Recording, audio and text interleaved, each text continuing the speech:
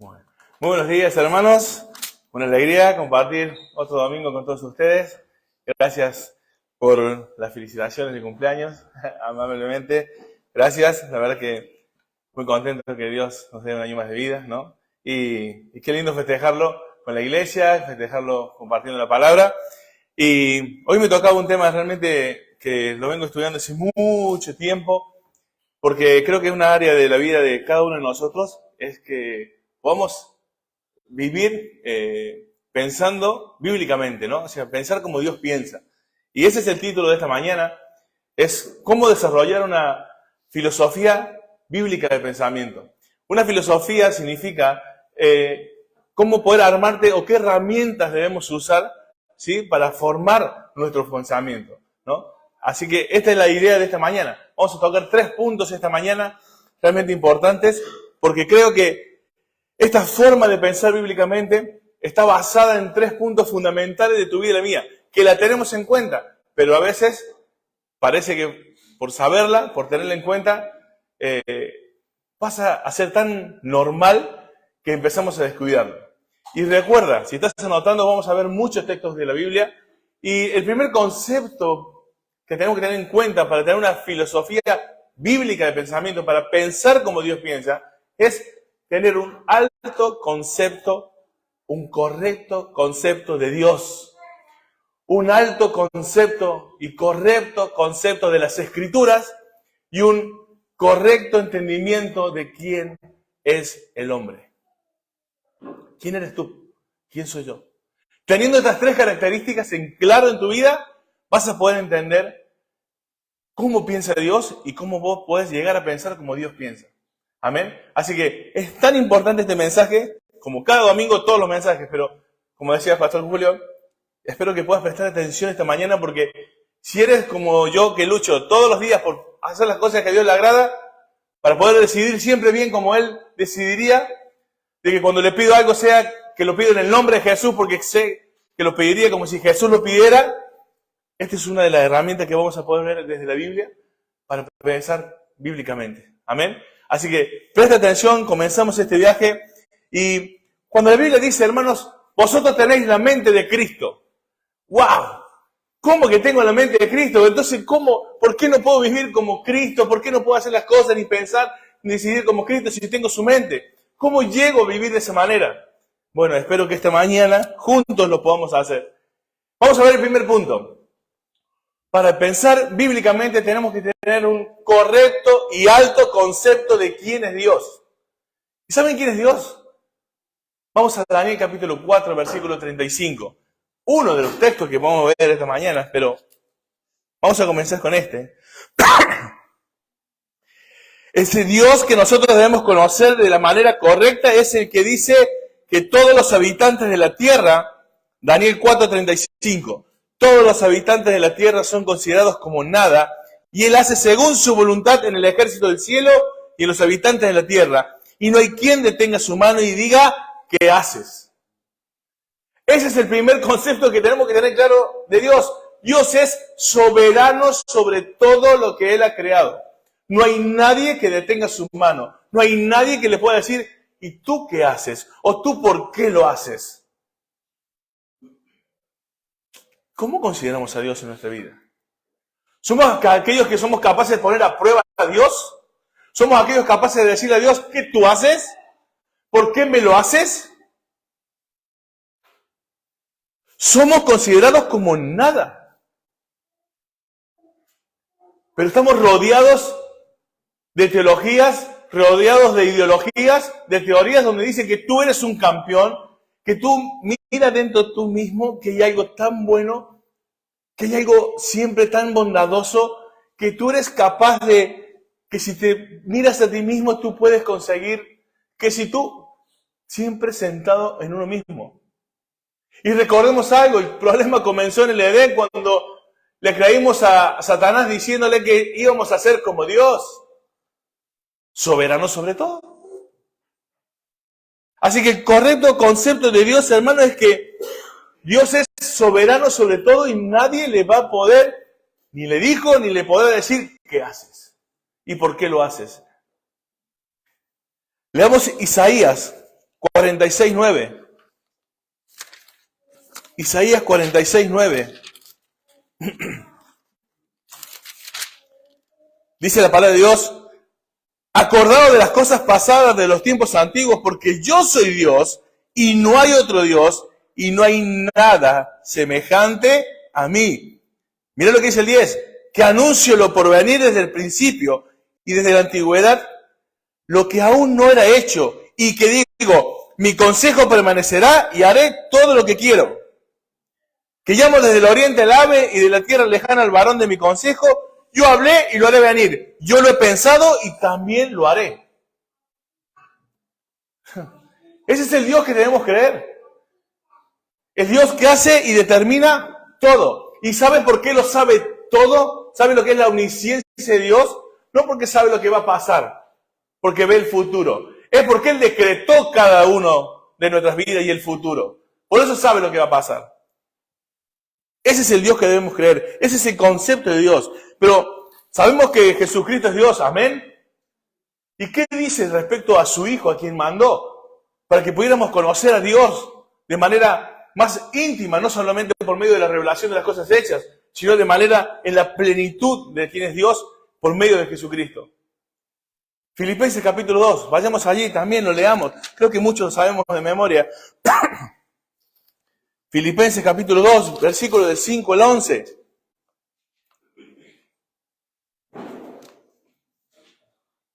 ¿Recordamos? Haya pues en vosotros este sentir que hubo también en Cristo Jesús, el cual siendo en forma de Dios, no estimó ser igual a Dios como cosa que aferrarse, sino que se despojó a sí mismo, tomando forma de hombre, de siervo, hecho semejante a los hombres, y estando en la condición de hombre, se humilló a sí mismo, haciéndose obediente hasta la muerte y muerte de cruz, por lo cual Dios también le exaltó hasta lo sumo, y le dio un nombre que es sobre todo el nombre, para que en el nombre de Jesús se doble toda rodilla de los que están en los cielos y en la tierra, y debajo de la tierra, y toda lengua confiese que Jesucristo es el Señor, para la gloria de Dios Padre. Ese es el Dios que vos y yo debemos creer. Esa cosa, esta teología que la palabra de Dios nos muestra acerca de Jesucristo es realmente incomprensible, querido hermano. Jesucristo es Dios. Jesucristo es el Todopoderoso. Jesucristo es el Cordero, amén, pero también es el León que vendrá. Jesucristo es el majestuoso, el dueño de todo, que vimos que no hay quien detenga su mano. Pero cuando Él hablaba de sí mismo decía, aprended de mí que soy manso y humilde de corazón. El Dios que tenemos es Dios que lo conocía todo, pero como humano, Él dijo, ni aún el Hijo sabe cuándo vuelve, cuándo será el regreso. Como hombre tenía sus limitaciones, se despojó a sí mismo, aunque lo sabía todo. Es el creador del universo y el que lo sustenta todo, pero Él tuvo hambre y sed. Él es el único ser existente que no depende de nada, pero cuando vio y entrando a Jerusalén, lloró, se entristeció. Sus entrañas se compugieron porque les veía como perdidos, como sin pastor. Es ese Dios que, siendo justo, murió por los injustos. Ese es el Dios incomprensible, de manera cabal que vos y yo tenemos que creer. Ese Dios, querido hermano, para poder entenderlo y entender ese concepto correcto de Dios, a veces tenemos que pensar, ¿qué no es Dios? Mucha gente dice, yo creo en Dios, pero tiene un concepto justamente contrario a lo que es Dios. Y por eso siempre digo, ¿podemos saber de Dios si no estudiamos teología? Sí. Podemos saber muchas cosas de Dios sin estudiar teología. Pero el problema es que si no estudias teología, esas cosas que quizás sepas de Dios, que pueden ser muchas, estén equivocadas. Hay mucha gente que tiene equivocado el concepto de Dios, aún yendo a la iglesia. ¿Sabe por qué? Porque Dios no es el que va a solucionar tus problemas. ¿Quién es Dios? ¿El que soluciona tus problemas? Porque puede ser de esos que se acercaron a Jesús por los panes y los peces. Ese no es Dios. Ese no es el Dios que vos debés creer para poder pensar y conocer correctamente a Dios. Vayamos a 1 de Pedro, capítulo 4, versículo 12.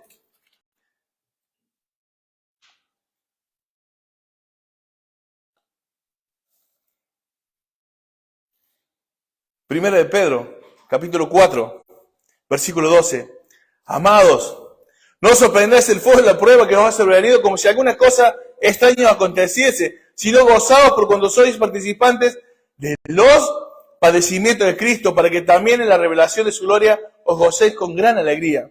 Si sois vituperados por el nombre de Cristo, sois bienaventurados, porque el glorioso Espíritu de Dios reposa sobre vosotros. Ciertamente de parte de ellos, Él es blasfemado, pero por vosotros es glorificado. Así que ninguno de vosotros padezca como homicida, ladrón o malhechor, o por entretenerse en lo ajeno.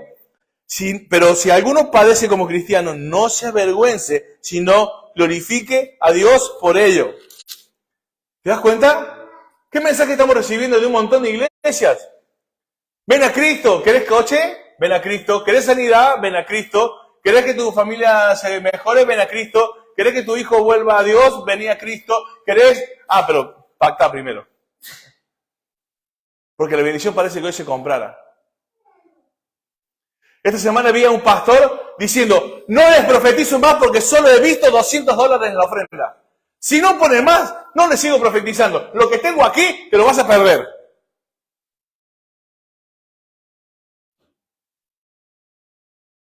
Y gente diciendo amén y gritando, hay que poner más. Querido hermano, ¿qué concepto tenemos de Dios? ¿Es el que soluciona nuestros problemas? Porque acá acabo de leer que vamos a tener un montón de problemas y encima cuando los tengamos por causa de Cristo, dice que nos sintamos súper felices. ¿Qué concepto tenemos de Dios? A veces no es tan correcto como pensamos, querido hermano. Querido hermano, el concepto correcto de Dios es que tú estás conociendo a Dios no para entretener tu conciencia, ni calmar tu conciencia. ¿Cuántas veces vos estás hablando a una persona, le querés hablar de Dios y te frena en seco diciéndote, no, si yo creo en Dios? ¿Cómo no vas a creer en Dios? Te dice, o sea, está bien, yo ya creo. He calmado mi conciencia. ¿Qué conozco? Que tengo que hacer un par de cosas buenas, que llevo una vida más o menos coherente con que no soy homicida, ni ladrón, ni esto, ni lo otro, y suficiente. No es para calmar las conciencias el conocimiento de Dios correcto. Vayamos a un pasaje, 1 Corintios 10:31. Lo hemos estado leyendo mucho estas semanas dentro en la iglesia. 1 Corintios 10:31. Fíjate. Para calmar tu conciencia, conocer a Dios, no, querido hermano. Si pues coméis o bebéis o hacéis otra cosa, haced todo para la gloria de Dios. Conocer correctamente a Dios, tener un concepto correcto de Dios es vivir para su gloria. Y para que anoten Isaías 43:7, dice, todos los llamados de mi nombre son llamados para mi gloria, para vivir para su gloria. Este pasaje lo vamos a repetir más adelante. Querido hermano, somos su pueblo. Fuiste llamado para vivir para su gloria, no para conocer a Dios y calmar tus conciencias respecto a otro. Querido hermano, cuando decimos que conocemos correctamente a Dios, no estamos diciendo que vamos a conocer cabalmente a Dios. Y esto es un punto muy importante, hermanos, para entender correctamente a Dios. ¿Saben que la Biblia dice en el Salmo 96:4? Lo busquemos allí y anótenlo. Y anoten también el Salmo 145:3 para que tengan argumentos en la palabra para esta enseñanza. Salmos 96:4.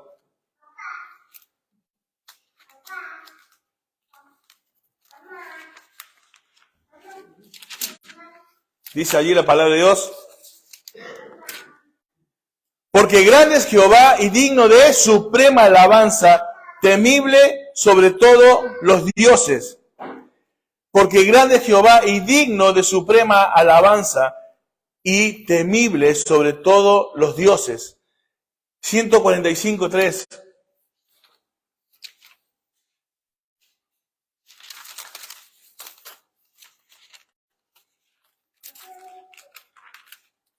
Mira lo que dice este pasaje.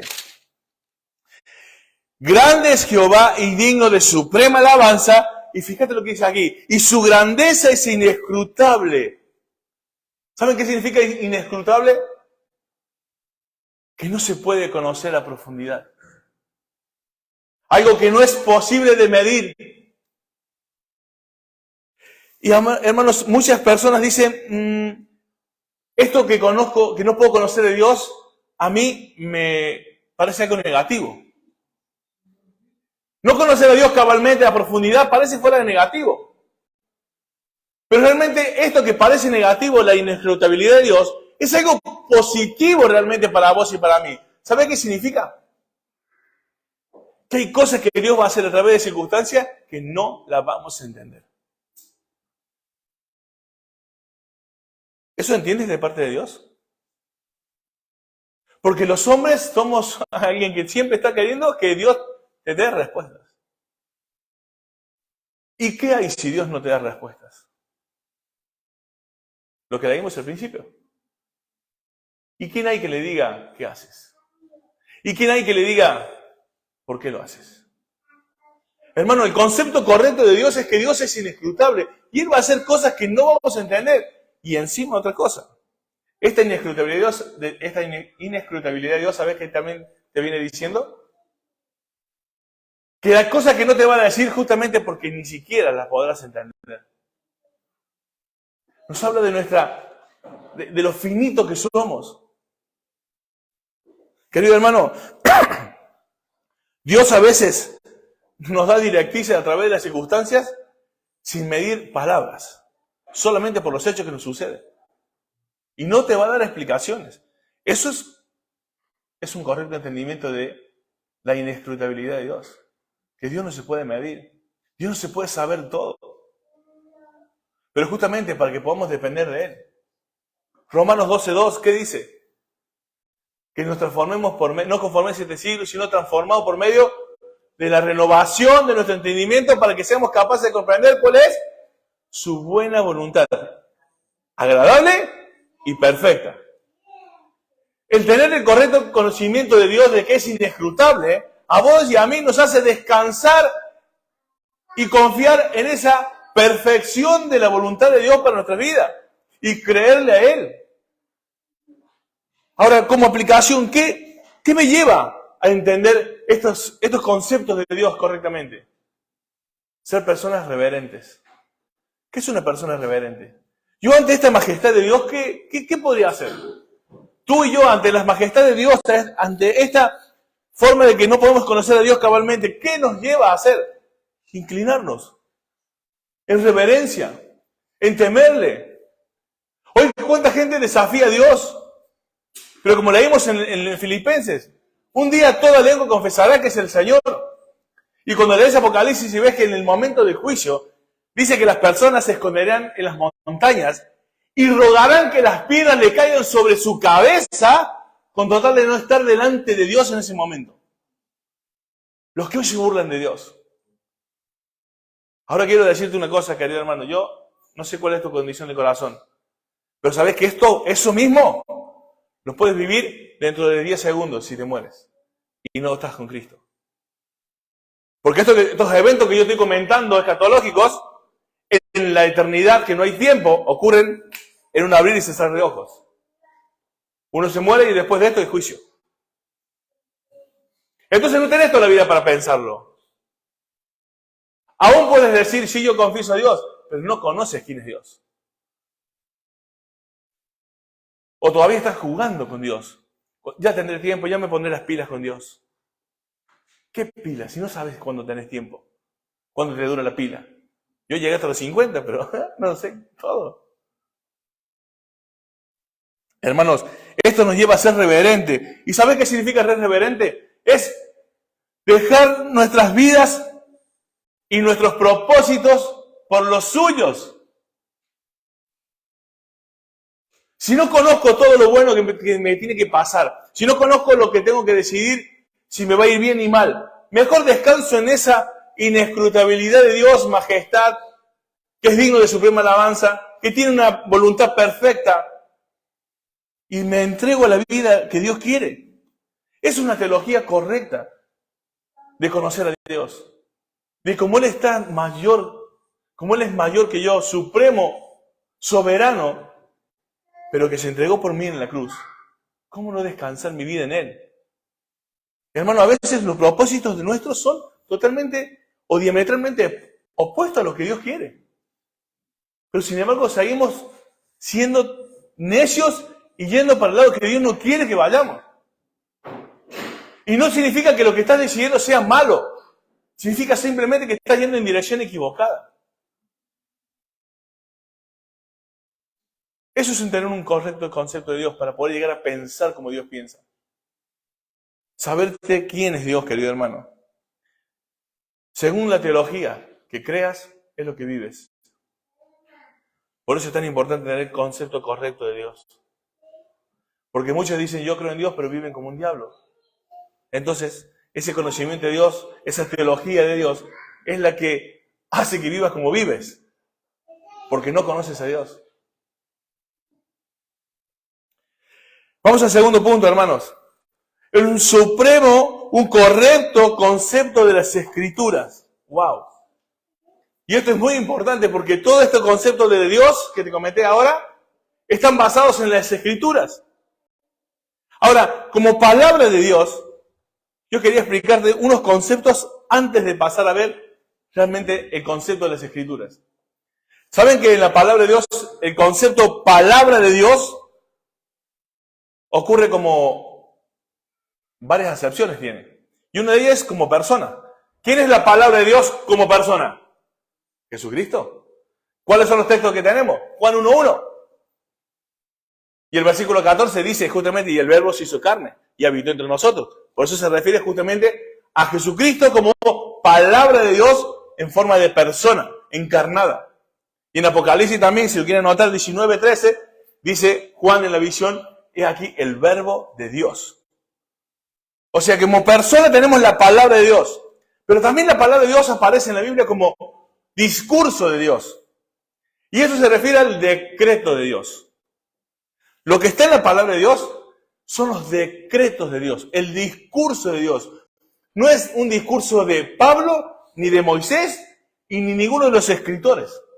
Ya vamos a ver por qué no es así. Pero, hermanos, dos conceptos importantes que tienen que tener claro. Como palabra de Dios, como persona de Jesucristo, como discurso de Dios, significa que esto es un decreto de Dios. Un mandamiento. No es un consejo, querido hermano.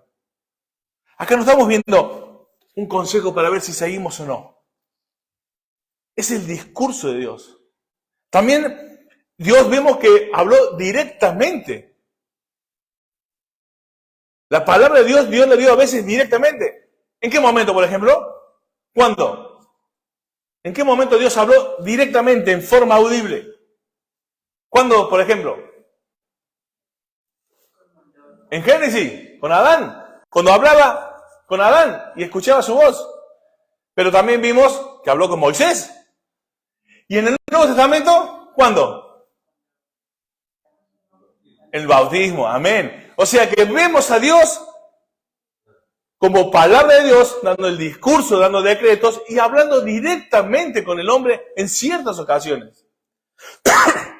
¿Por qué te estoy diciendo todo esto? Para que vayas pensando en la importancia que Dios le dio a través de la historia a su palabra, a lo que Él dice. A veces también Dios, y lo vemos, habló por medio de labios humanos. Y eso serían, por ejemplo, los profetas. ¿No? A lo largo del Antiguo Testamento lo vemos. Por ejemplo, Deuteronomio 18, el 18 al 20, si lo quieren notar, es cuando Dios dice que Él iba a hablar por medio de los profetas. Así que vemos la importancia que tiene realmente la palabra de Dios y que Dios se interesó en revelarnos lo que Él quiere que conozcamos de Él. Y por supuesto el final, como palabra de Dios, la forma escrita, lo que tenemos aquí. Y acá quiero que vayamos a dos textos muy conocidos. 1 Timoteo 3:16 y 1 Pedro, capítulo 1, versículo 19-20. Vamos ahí a esos dos textos que, por la gracia de Dios, lo tenemos muy en claro en esta iglesia, pero siempre es bueno refrescarlo. 1 Timoteo, capítulo 3, versículo 16. Segunda de Timoteo, perdón. Sí, Julio, gracias. Segunda de Timoteo. Toda escritura es inspirada por Dios y útil para enseñar, para redarguir, para corregir, para instruir en justicia, a fin de que el hombre de Dios sea perfecto, enteramente preparado para toda buena obra. La palabra toda escritura, ¿no? Fíjate, todo escrito significa literalmente en el griego. Todo escrito, la escritura es un término técnico que solamente se refiere a la escritura del Antiguo Testamento, ¿sí?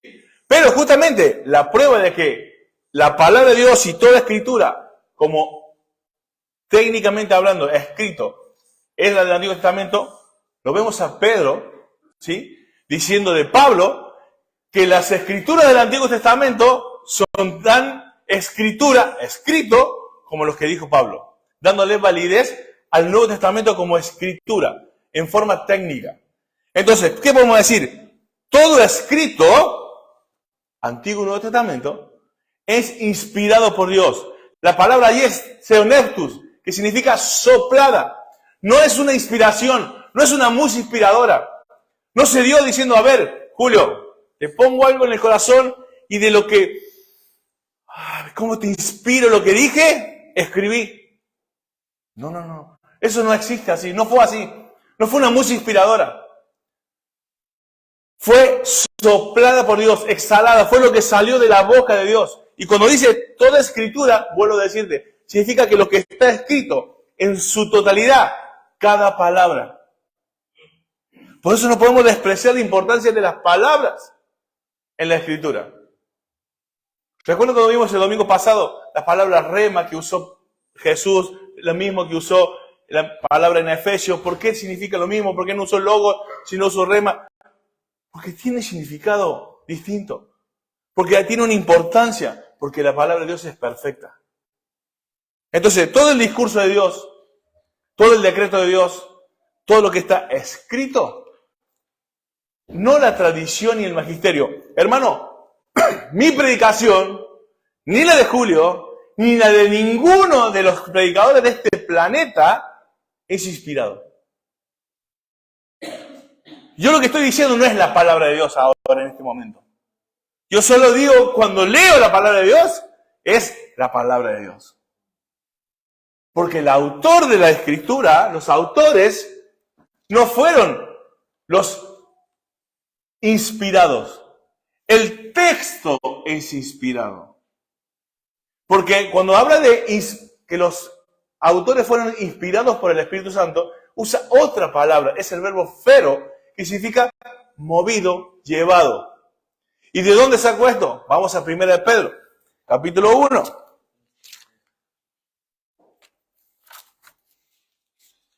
Por eso te hablo de la importancia de las palabras.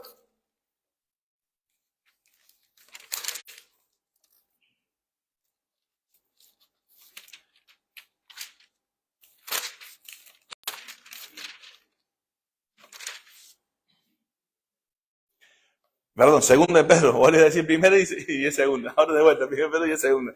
2 de Pedro, capítulo 1, versículos 19 y 20. Tenemos también, ahí cuando dice palabra, tenemos también, ¿sabe por qué Pablo está diciendo eso? Pedro, porque él está relatando el momento, los versículos anteriores está relatando lo que él vivió con la transfiguración en el monte, con Jesús. Y Pedro está diciendo, tenemos también, o sea, diciendo, a pesar de que yo, apóstol, estuve en la presencia de Dios, lo vi a Cristo transfigurado, hay algo más seguro que lo que yo te puedo decir, dice Pedro. Porque el orden en el griego está diciendo, pero también es más seguro la palabra profética. ¿Y qué es la palabra profética? Las Escrituras. Mira lo que dice. Tenemos también la palabra profética más segura, a la cual hacer bien de estar atentos como una antorcha que alumbra en lugar oscuro, hasta que el día esclarezca y el lucero de la mañana salga en vuestros corazones. Y fíjate lo que dice aquí, entendiendo primero esto, que ninguna profecía de la Escritura, la palabra profética es la profecía de la Escritura. Es la misma. Por eso me refiero a lo que te estoy diciendo.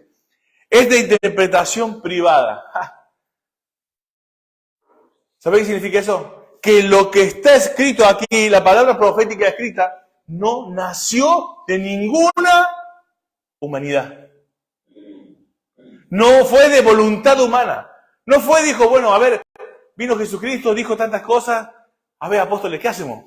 ¿Empezamos a escribir algo? Sí, tendríamos que poner algunos títulos, ¿no? Algo de lo que enseñó Jesús. No. No es de interpretación privada. No nació de voluntad humana ni de iniciativa humana. Sino, el versículo 21, porque nunca la profecía fue traída por voluntad humana, sino que los santos hombres de Dios hablaron siendo inspirados. Y ahí no usa theoneutos, no es soplada. Significa fueron llevados. Es la palabra fero, que es movido. La misma palabra está usada en el libro de Hechos, cuando dice que una barca fue inspirada, fue llevada, fue movida por el viento. Y aquí está diciendo, fueron movidos por el Espíritu Santo. Entonces, ¿qué quiero decirte, hermano? Que esta palabra de Dios es la única inspirada por Dios. Es el único discurso de Dios. Es el único autoritativo. Ni la predicación de la iglesia, ni la tradición de la iglesia católica, ni el magisterio, nada se compara a las escrituras, porque ninguna de ellas es inspirada por Dios, solo el texto. Todo lo que tenemos aquí. Por eso, mi preocupación tan grande a veces es que tenemos la Biblia y al lado otros escritos para guiar nuestra vida. Y eso es preocupante. Porque los escritos de hermanos pueden ser buenísimos. Pueden tener una sabiduría loable. Pero siempre tendrán que estar filtrados por la palabra de Dios. Cuando vos lees la Biblia, hay seguridad. Porque es la única perfecta. Porque es la única que es soplada por Dios. Porque es la única que no tiene una invención humana ni un origen humano. Y que todo lo que dice, cada palabra, es lo que Dios quiere que conozcamos nosotros de ello. Hermano, este concepto alto de la Escritura, ¿saben qué? Es relevante. ¿Saben qué es algo relevante? Algo que tiene un valor que no se puede comparar con nada.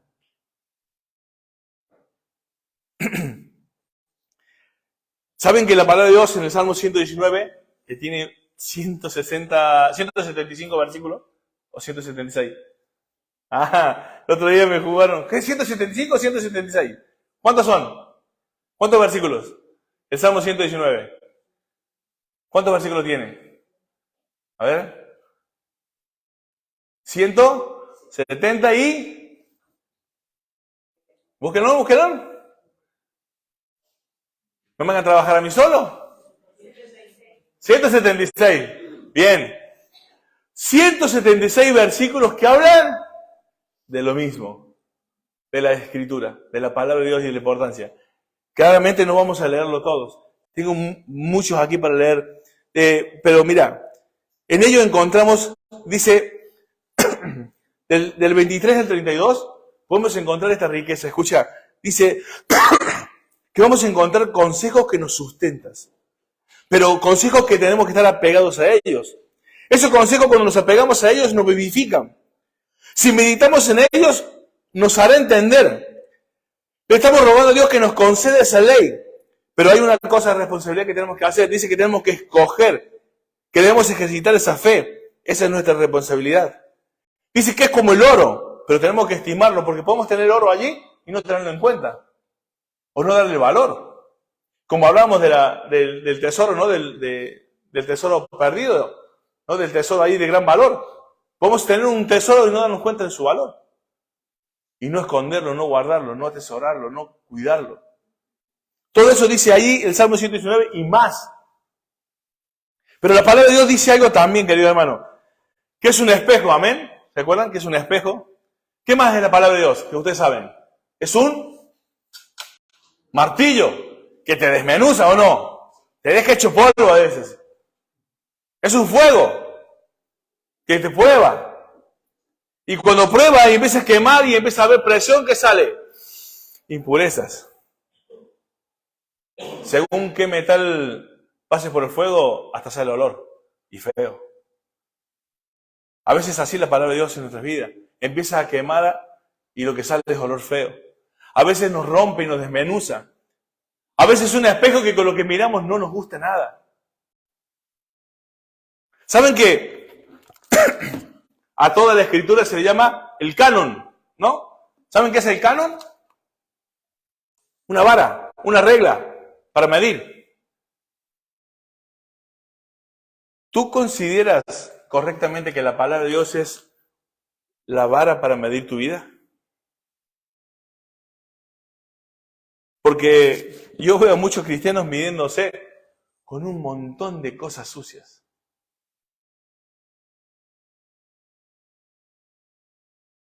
Y creyéndose que están muy bien. Porque si vos te medís con cosas sucias, puedes parecer muy limpio. Pero medite con algo perfecto, puro, santo, recto, como es la palabra de Dios. Es la vara a medir, querido hermano. Lo que dije, no es para calmar nuestras conciencias. Nosotros a veces nos medimos con rudimentos humanos y mundanos. Ayer mismo escuché una frase de un cristiano diciendo, yo no soy mejor que muchos, pero tampoco peor que otros. Eso es calmarte la conciencia. Ya vamos a ver el tercer punto cuando veamos lo que somos. Vas a ver si después podés decir, yo no soy peor que aquel, pero tampoco no soy mejor que aquel, pero tampoco peor que otro. Eso es un concepto mundano, de un rudimento mundano para medirte. Hermano, esta mañana ustedes, seguramente, sobre todo las mujeres, porque son más bonitas, más guapas, se han mirado el espejo, ¿no? Todos hemos mirado el espejo esta mañana. Bueno, a ver. Bueno, algunos no. No, mentira. Y no hemos peinado, las chicas se han pintado, se han adornado. Y no hemos mirado el espejo. ¿Pero saben cuál es el espejo de la Biblia? ¿Ustedes encontraron algún texto que hable y que te diga cómo es el espejo, cómo vamos a ser mirados? Está en el libro de Hebreos, capítulo 4, versículo 12. Ese es el espejo de la Biblia. Si me estás escuchando esta mañana, podés parecer que tú estás muy bien delante de muchos. Y ante el espejo tú te ves muy bien. Pelirroja, morochita, rubia, canosa, y puedes tener tu pinta de acuerdo a ello, y muy bonito, y vemos todo bonito. Pero Hebreos capítulo 4, versículo 12, dice algo de la palabra de Dios tremendo. Yo lo he compartido muchas veces, pero este concepto correcto de las Escrituras nos lleva a volver a mirar este pasaje correctamente, porque este es el espejo, hermano, que vas a estar un día que te van a ver como eres realmente. Dios mismo te va a ver como eres. Y un día dice que la palabra de Dios es viva y eficaz y más cortante que toda espada de dos filos, que penetra hasta partir el alma y el espíritu y las coyunturas y los tuétanos y discierne los pensamientos y las intenciones del corazón. Literalmente está diciendo, voy a cortar la cabeza, voy a quitarte y vas a ver lo que hay adentro. Porque nosotros ahora nos vemos en un espejo y vemos lo de afuera y somos re bonitos y guapos. Pero cuando se vean los pensamientos y las intenciones, el verdadero espejo de cuando Dios te mira, ¿qué va a ver?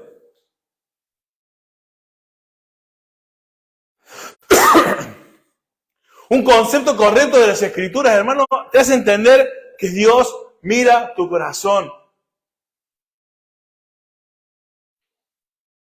Y aunque no vivamos para los hombres, o está mal vivir para los hombres, tenemos que vivir para Dios, querido hermano. Dios también da directrices de cómo vivir con los hombres. O sea que no es que yo tengo mi corazón tranquilo y hago lo que quiero. Total, Dios me conoce. Sí, pero Fíjate cómo te va a conocer, ¿eh? ¿Cuál fue la intención de hacer lo que estás haciendo? Porque parece que no amaras a los demás. Parece que no te importaran los demás. Parece que no te importara la iglesia. Parece que no te importara ni tus hijos. No te importara ni nada. Pero tú estás bien delante de Dios. ¿Con qué espejo te estás mirando? Porque eso no dice la Biblia. La relación con Dios es vertical, pero se refleja siempre en la horizontal, querido hermano. Y no hablo de que te puedan ofender muchas personas porque vos estás siguiendo a Dios y no quieras pecar. Que se ofendan y que se enojen, no pasa nada. Pero andar por la vida no importándote a los demás, pretendiendo que estás bien con Dios, eso tampoco es bíblico. Por eso el correcto concepto de las Escrituras es tan importante, querido hermano.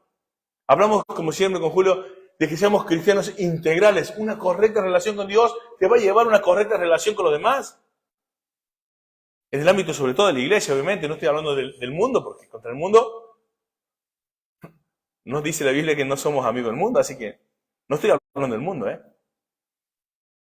No estoy hablando de cristianos guay, que se llevan bien con todo el mundo, porque eso no sería bíblico. Algo falla.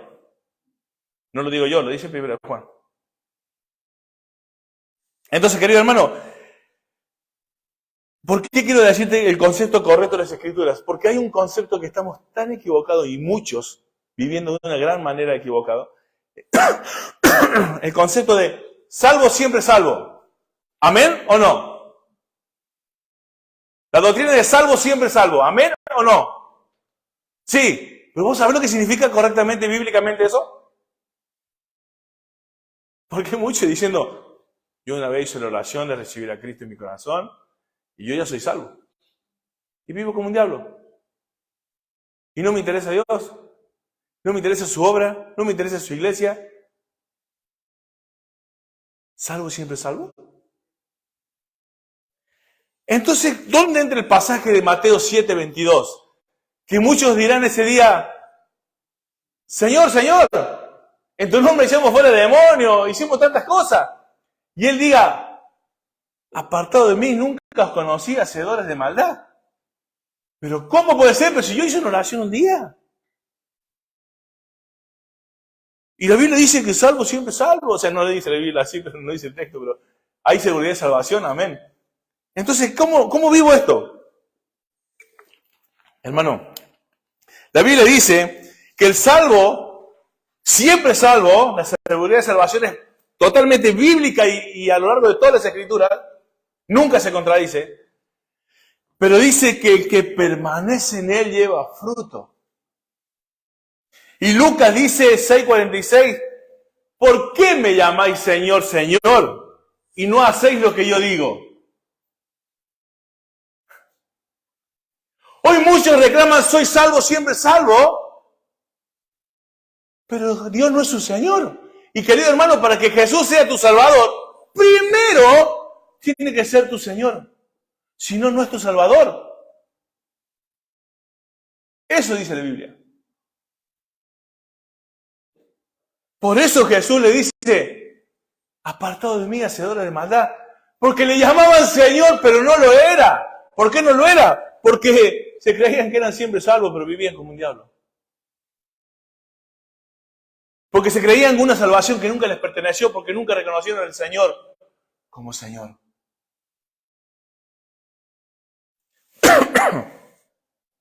Querido hermano, para que Dios sea tu Salvador, primero tiene que ser tu Señor. Y eso se muestra en los frutos de la vida. Así que no estoy hablando de la salvación por obras. Estoy hablando de una evidencia, como habla Santiago. Muéstrame tu fe por tus obras. Ya está. Es simple. Eso es siempre salvo. Vamos al tercer punto. Una antropología correcta o un concepto correcto de quién eres. ¿Quiénes somos, hermanos? ¿Recordar cómo pensás bíblicamente? Tener un concepto correcto de quién es Dios. Un concepto correcto de las Escrituras. Pero ahora hay algo con lo que luchamos. Todos los días, cada uno de nosotros. Un correcto entendimiento de quiénes somos. Somos unos pecadores, amén. Pero también te reconoces incapaz.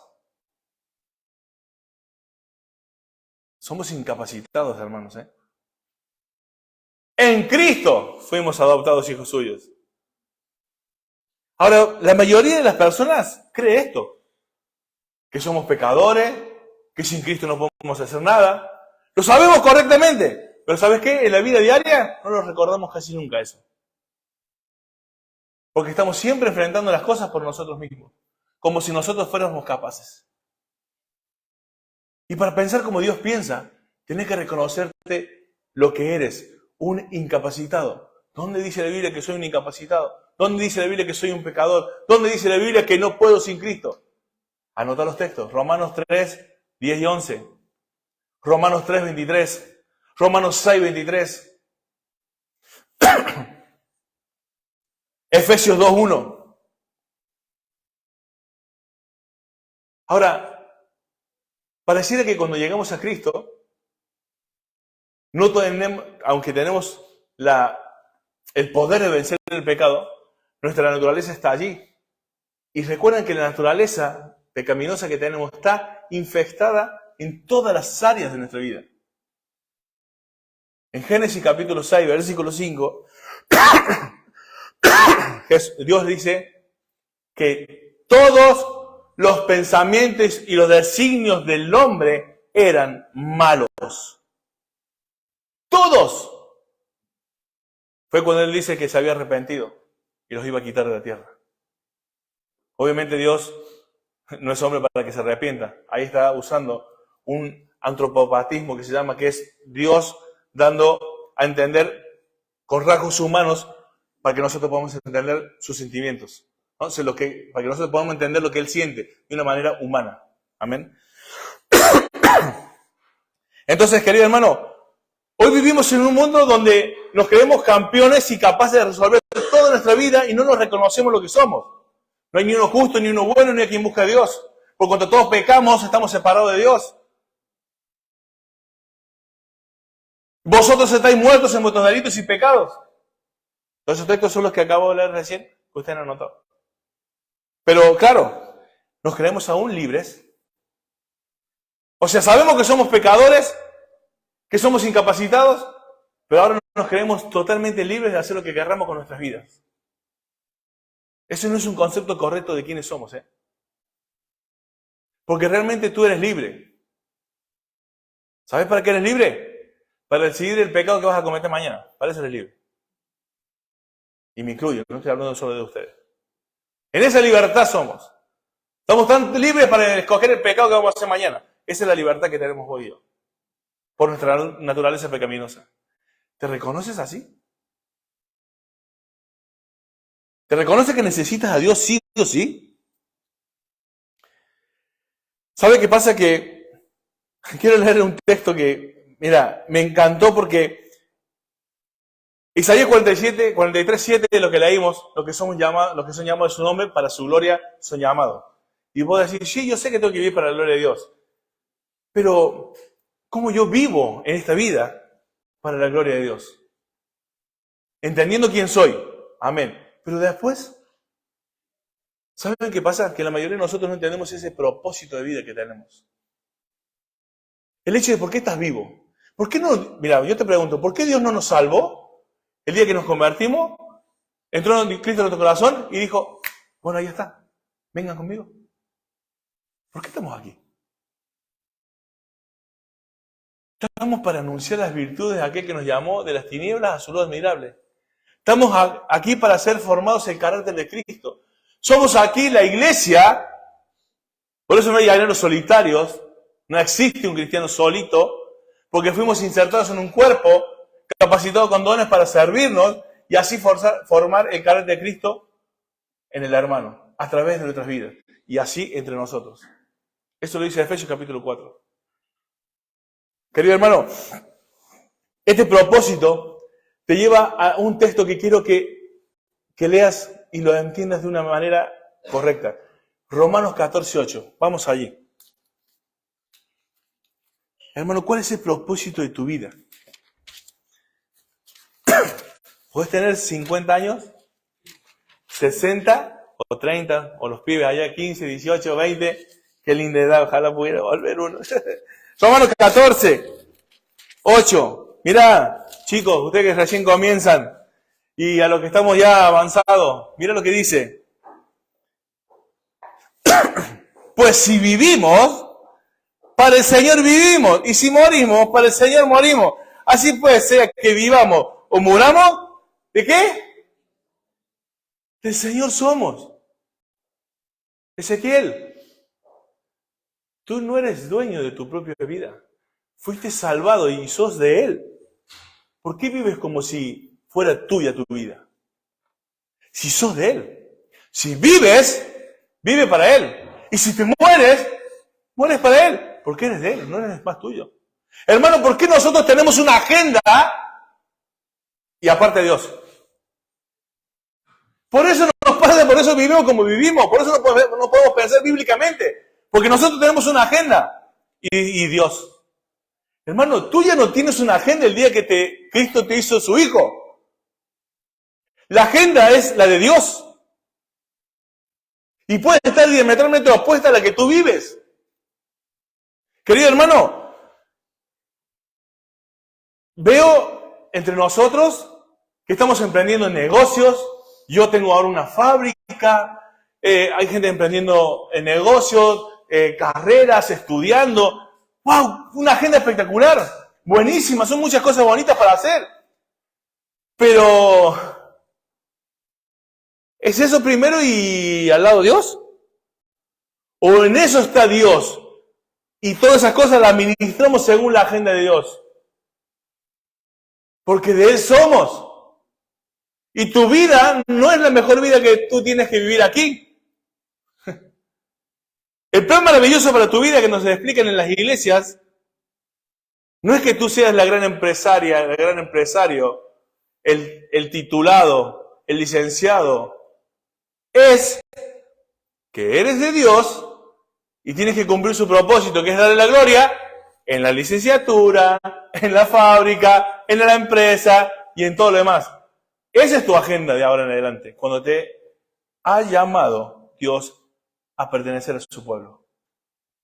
Entonces, el correcto concepto de Dios, el correcto concepto de las Escrituras, que es lo que Dios quiere que sepamos de Él, y el entendimiento de que lo que sos eres un incapaz, que en sus manos te hace capaz ¿de qué? De vivir para Él.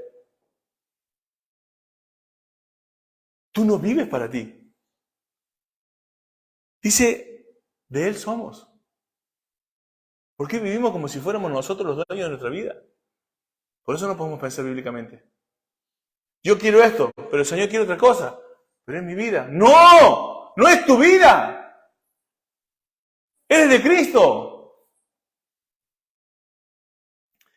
Hermano, para terminar, ¿cómo yo vivo un día ahora para la gloria de Dios? ¿Cómo yo ahora digo, bueno, a partir de este domingo, el día lunes voy a empezar a pensar bíblicamente? ¿Sabes cómo sería? Que me levanto el lunes, con la rutina del trabajo, con todo lo que no nos gusta hacer a veces, ir a la facultad, estudiar, ¿no? Tantas cosas que tenemos que hacer. Me levanto y digo, este día lo vivo para la gloria de Dios. Me levanto. Mientras voy viviendo el día, voy considerando vivir para la gloria de Dios en todas las cosas que tengo que decidir. Y cuando me descanso a la noche, me acuesto y digo, a ver, ¿he vivido para la gloria de Dios? Y si no lo he hecho, tengo otra nueva oportunidad mañana para levantarme y decir, hoy voy a vivir para la gloria de Dios. Me fijaré en el día cómo estoy viviendo, llegaré en la noche y decir, ¿he vivido para la gloria de Dios? ¿Puedo descansar tranquilo que he vivido para la gloria de Dios? Y así, sucesivamente, cada uno de tus días. Y te vas a dar cuenta que ya no empiezas a vivir tú, sino que ahora lo que vives, lo vives en la fe del Hijo de Dios, ¿no? Como dice el texto. Y ya no vivo yo, más Cristo vive en mí. Y lo que ahora vivo en la carne, facultad, empresa, lo vivo en la fe del Hijo de Dios. Así que, hermano, recuerda esto, y con esto termino, de verdad.